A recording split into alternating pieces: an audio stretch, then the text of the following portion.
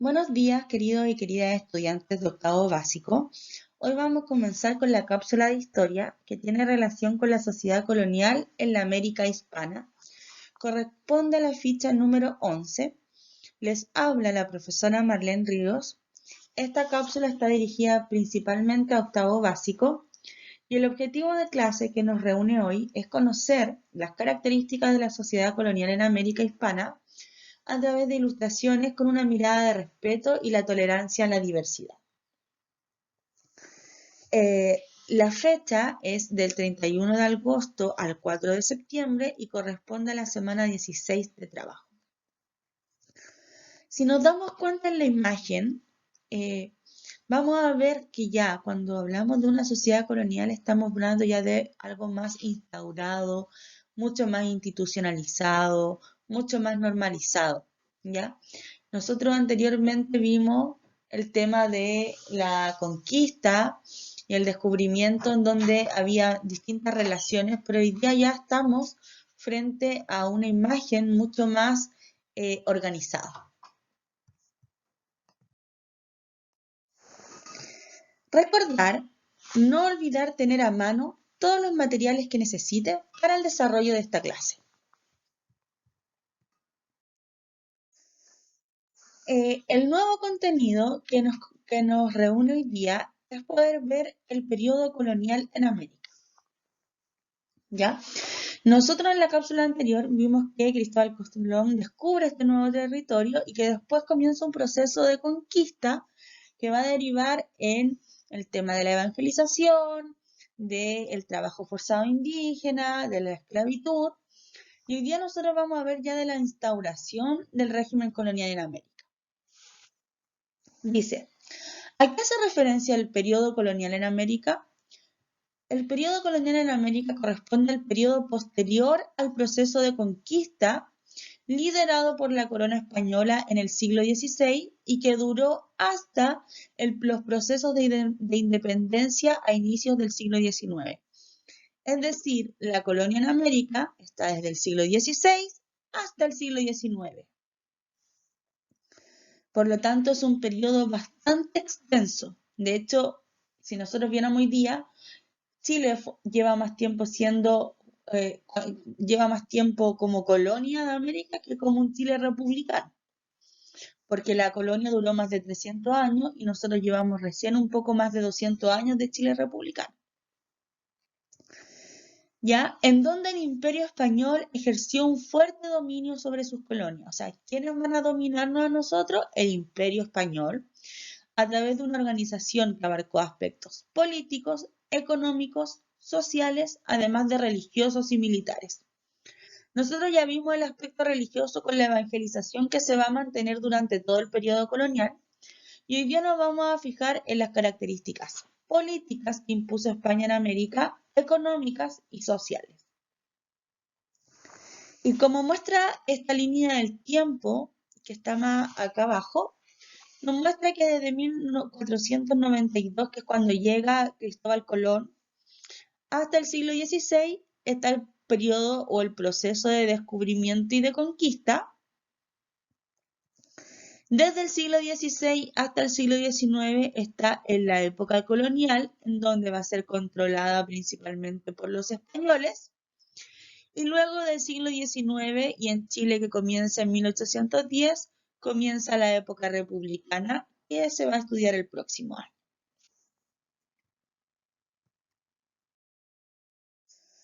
Ahora bien, aquí también tenemos otro tipo de línea de tiempo que nos habla del descubrimiento y de distintos hitos, de la conquista, ya, con la creación del Virreinato del Perú, que son temas que vamos a abarcar en esta cápsula, con Pedro de Valdivia fundando la ciudad de Santiago, ya, y el periodo de colonia, que en Chile está a estar marcado principalmente por el constante conflicto mapuche en la zona del Biobío, ya que nunca fueron dominados o controlados por el Imperio Español.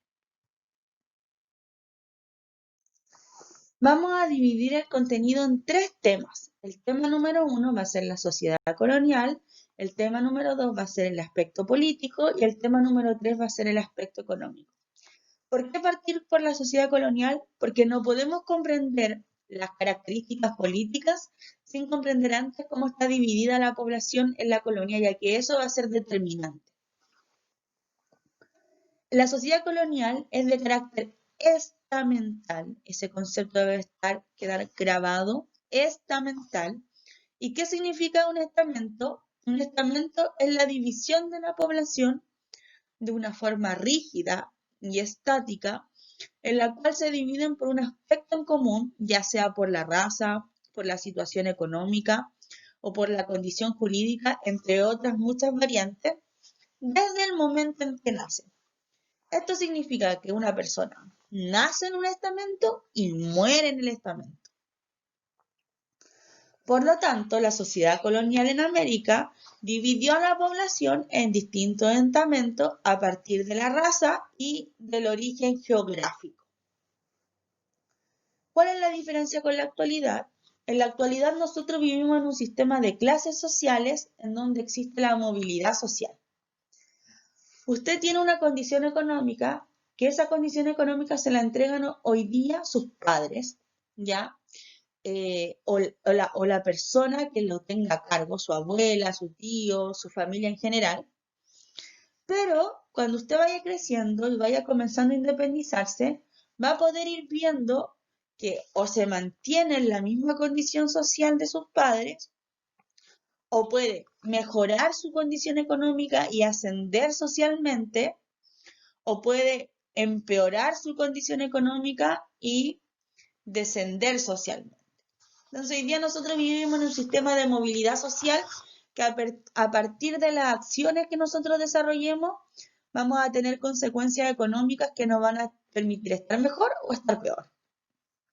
En cambio, en la sociedad colonial, eso no existía. La persona podía obtener riqueza, pero iba a seguir siendo discriminado o marginado producto del estamento al cual pertenecía.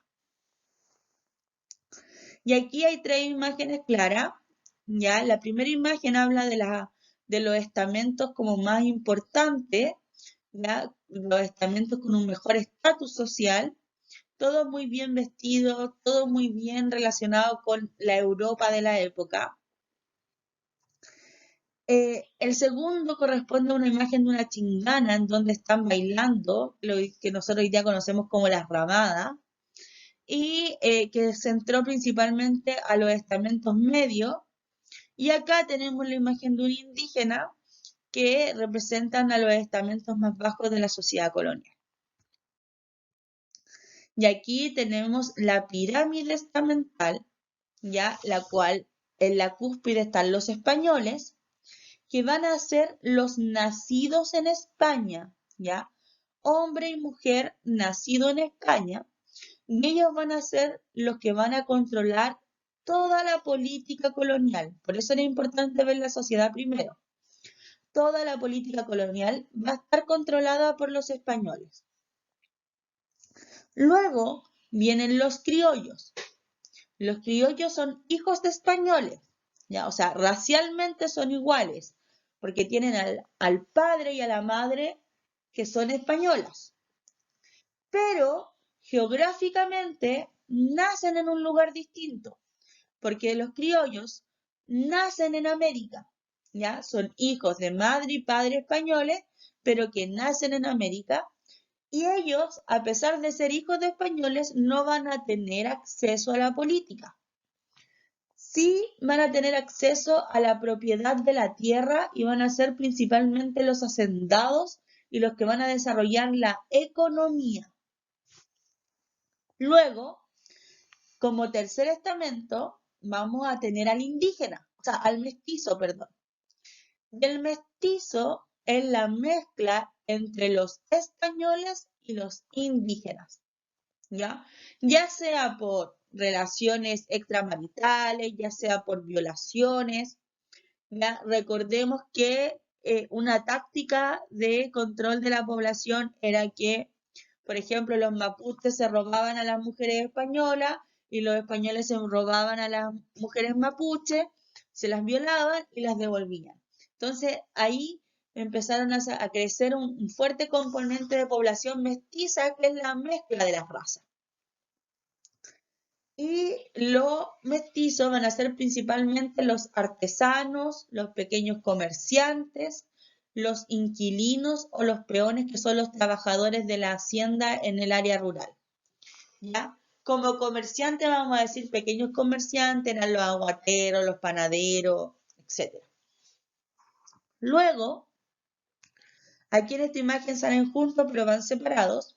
Luego vienen los indígenas, que eran la población autóctona del territorio. Sin embargo, producto de la fuerte imposición española, la población indígena descendió drásticamente, ¿ya?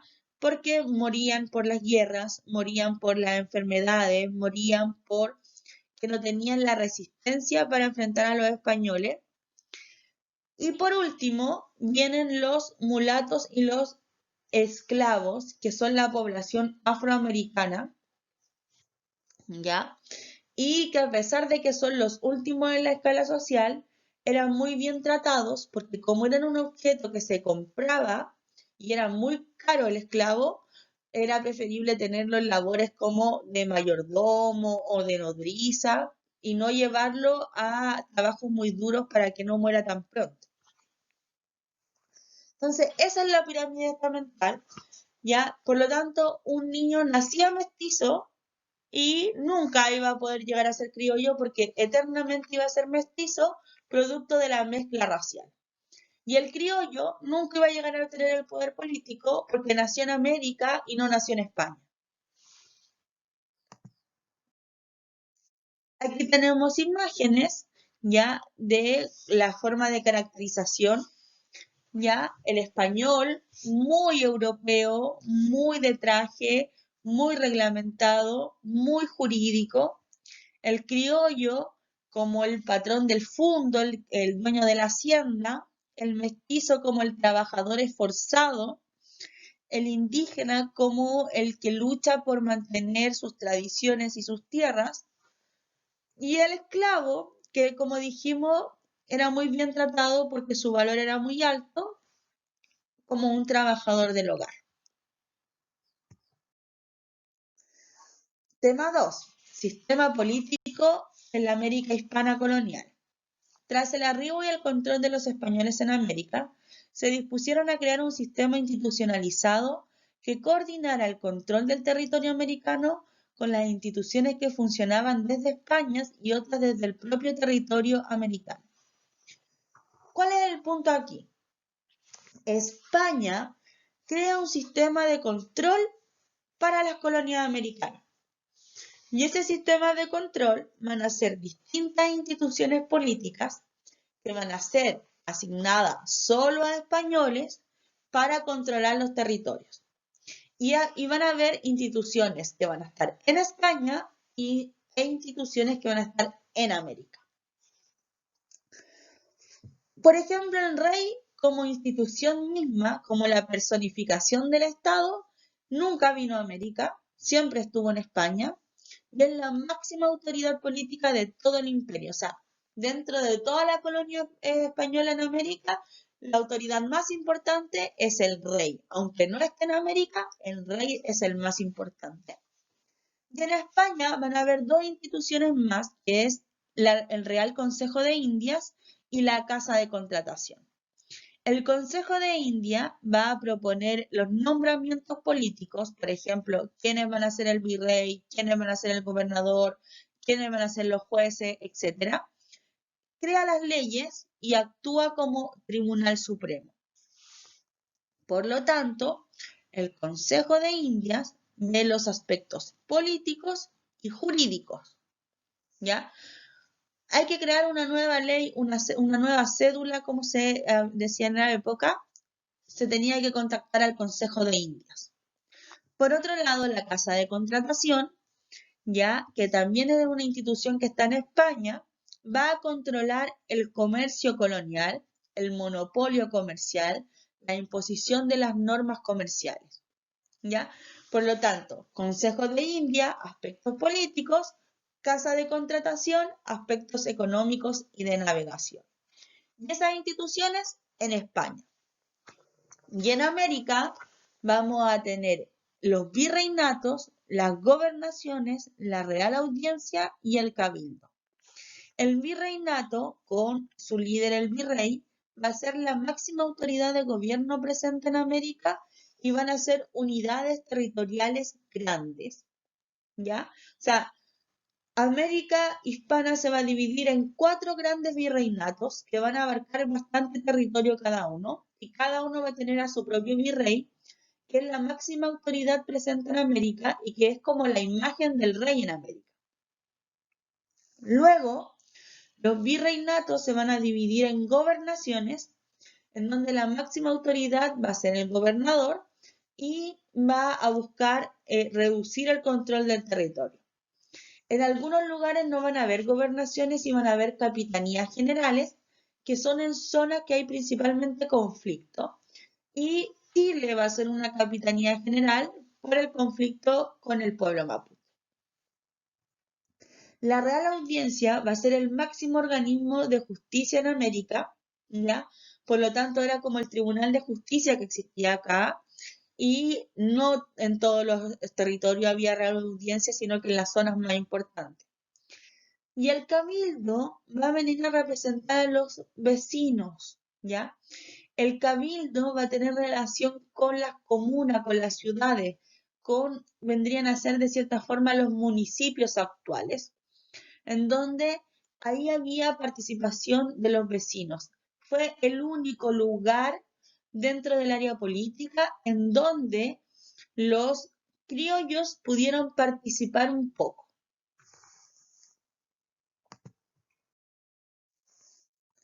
Como dijimos, las unidades territoriales más grandes y con mayor control en América van a ser los virreinatos, ¿ya?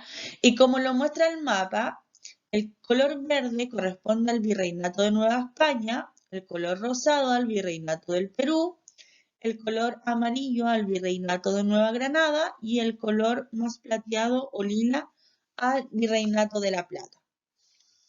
La zona que está en blanco no corresponde a la América colonial española, pues es Brasil, que fue controlado por la corona portuguesa.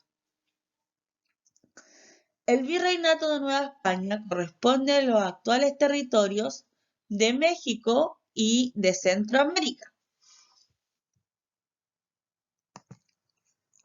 ¿Ya? Este es el virreinato de Nueva España, que sería México y Centroamérica. Luego tenemos el virreinato de Nueva Granada, que lo estoy marcando con azul, que corresponde al territorio de Colombia, Venezuela, parte de Ecuador y Panamá. Acá tenemos el virreinato del Perú, que corresponde a parte de Ecuador, Perú, ya Chile, y lo que es muy importante, que antes ubicaba parte de Bolivia y ubicaba prácticamente a toda la zona de Argentina y Uruguay. Sin embargo, en el siglo XVII, ¿ya? Porque antes no existía este virreinato, es el último virreinato que se crea. En el siglo XVII surge el virreinato de La Plata, que va a incorporar a Argentina, Uruguay, Paraguay y parte de Bolivia. Esas son las 4 zonas geográficas importantes dentro de América. Chile va a ser una capitanía general porque es una zona de conflicto, ya donde coloqué el color amarillo, ya que los españoles nunca lograron controlar al pueblo mapuche en los 300 años de colonia. Entonces siempre hubieron enfrentamientos, guerra, lucha. Y en el siglo XVII también van a aparecer las intendencias. Tema 3. La economía colonial y el monopolio español.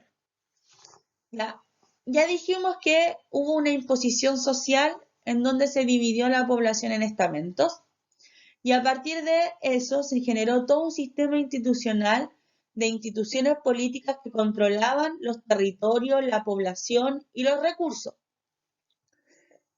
y en el cual todas las instituciones políticas eran controladas única y exclusivamente por el estamento de los españoles, que era el estamento que estaba en la parte más arriba. Entonces, eso va a venir también en conjunto con el control de la economía, porque lo más importante para los españoles era poder extraer la riqueza del territorio americano.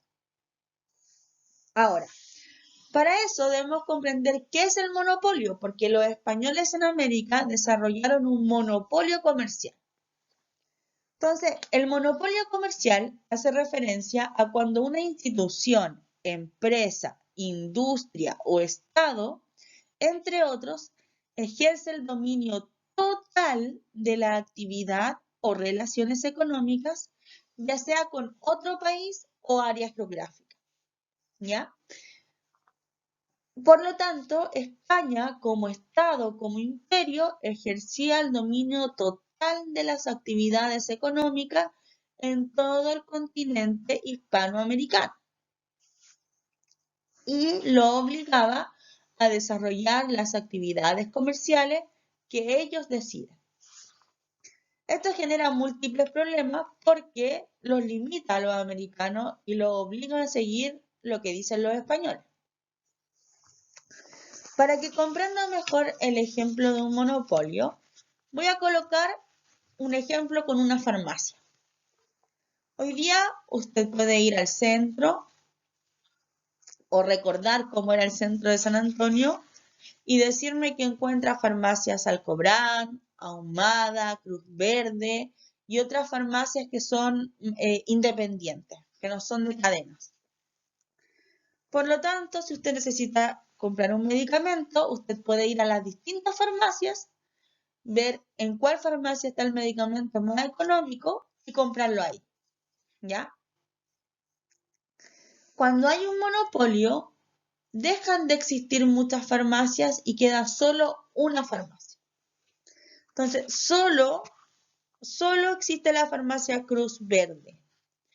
Como persona que necesita comprar el medicamento, ¿voy a poder buscar el más económico? ¿Voy a poder buscar el más eficiente para mí? No. Me voy a ver obligada a comprar lo que tiene Cruz Verde porque es la única farmacia que funciona. Eso es un monopolio. Cuando una entidad controla toda la parte del mercado y no permite a las personas el poder elegir dónde comprar o cómo comprar. Entonces, el Imperio Español le dijo a las personas del territorio americano, van a tener que vender, van a tener que producir y van a tener que hacer lo que yo les diga.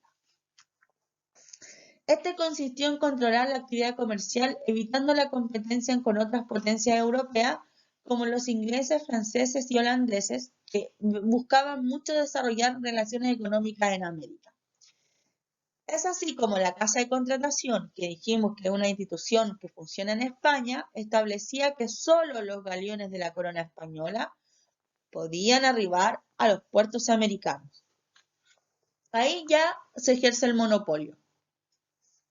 Como muestra la imagen, todos los barquitos que muestran la imagen que traen cosas a América y que llevan cosas a España, todos son galeones de la corona española.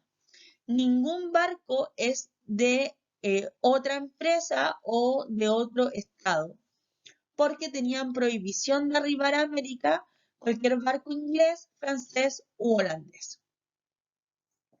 Y eso significa que, por ejemplo, las flechas rojas hablan de los galeones, ¿ya? Dice que la flota partía en abril de Sevilla, ya de España, desde el puerto de Sevilla, por lo tanto ahí también hay una imposición de cuáles son los puertos que se utilizan, y las líneas moradas dice que son las únicas rutas marítimas. Por lo tanto, los recursos de España llegaban al puerto de Portobelo, al puerto del Callao, y en el siglo XVII recién pudieron llegar al puerto de Valparaíso. Pero si nos damos cuenta, del puerto del Callao llegan los productos a Valparaíso, pero de Valparaíso no salen productos al puerto del Callao. Es decir, si productos chilenos querían llegar al puerto del Callao, debían llegar por vía terrestre hasta Perú. Entonces hay un fuerte control de la economía colonial en América, en donde España impone los puertos en los que se va a llegar o los que se puede salir, impone la flota de galeones de la corona, impone los productos que se van a comprar y se van a vender, e impone que solo a ellos les pueden comprar y les pueden vender. Eso es un monopolio comercial español.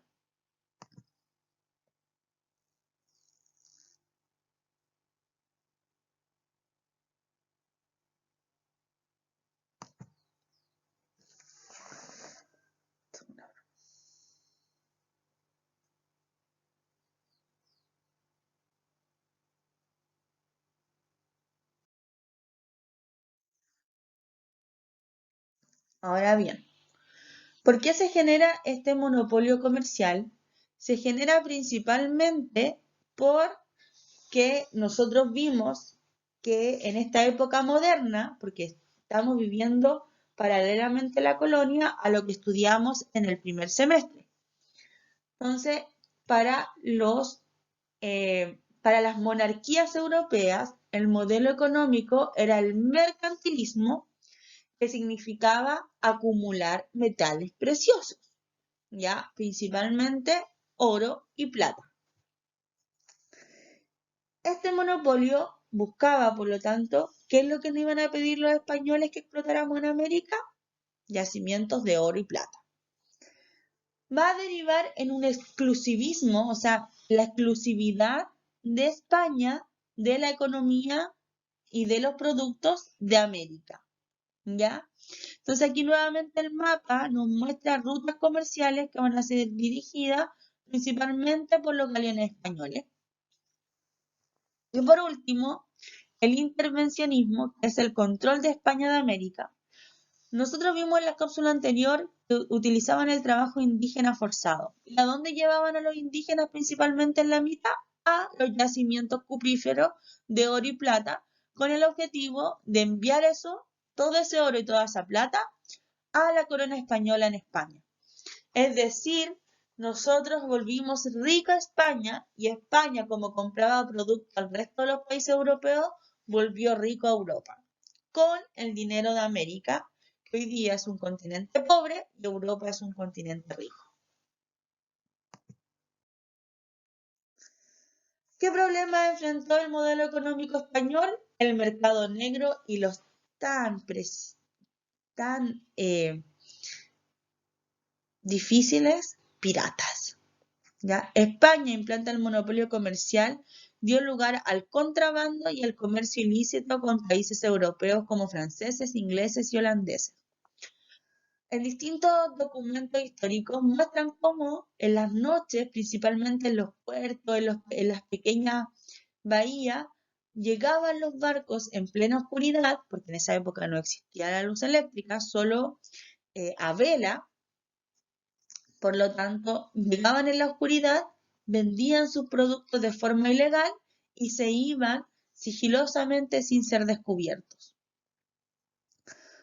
Y esto también era producto de que, como era todo con galeones, se demoraban mucho tiempo, entonces eran aproximadamente mínimo 6 meses. Entonces una persona que encargaba telas a Europa tenía que esperar mínimo 6 meses para poder tener las telas en sus manos.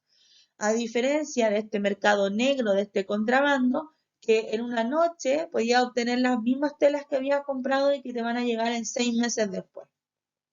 Y como el principal transporte eran los galeones, se desarrolló una fuerte piratería y las creaciones de corsarios y de bucaneros, que eran los ladrones del mar y que dieron mucho problema a los españoles. De hecho, el monopolio comercial se acaba a fines de la época colonial, producto de lo mismo. Y hay muchas historias en Chile que en las zonas, por ejemplo, en Cartagena está la Cueva del Pirata, o en La Serena hay mucha leyenda que cuenta que hay tesoros escondidos de piratas que le robaban a los galeones españoles.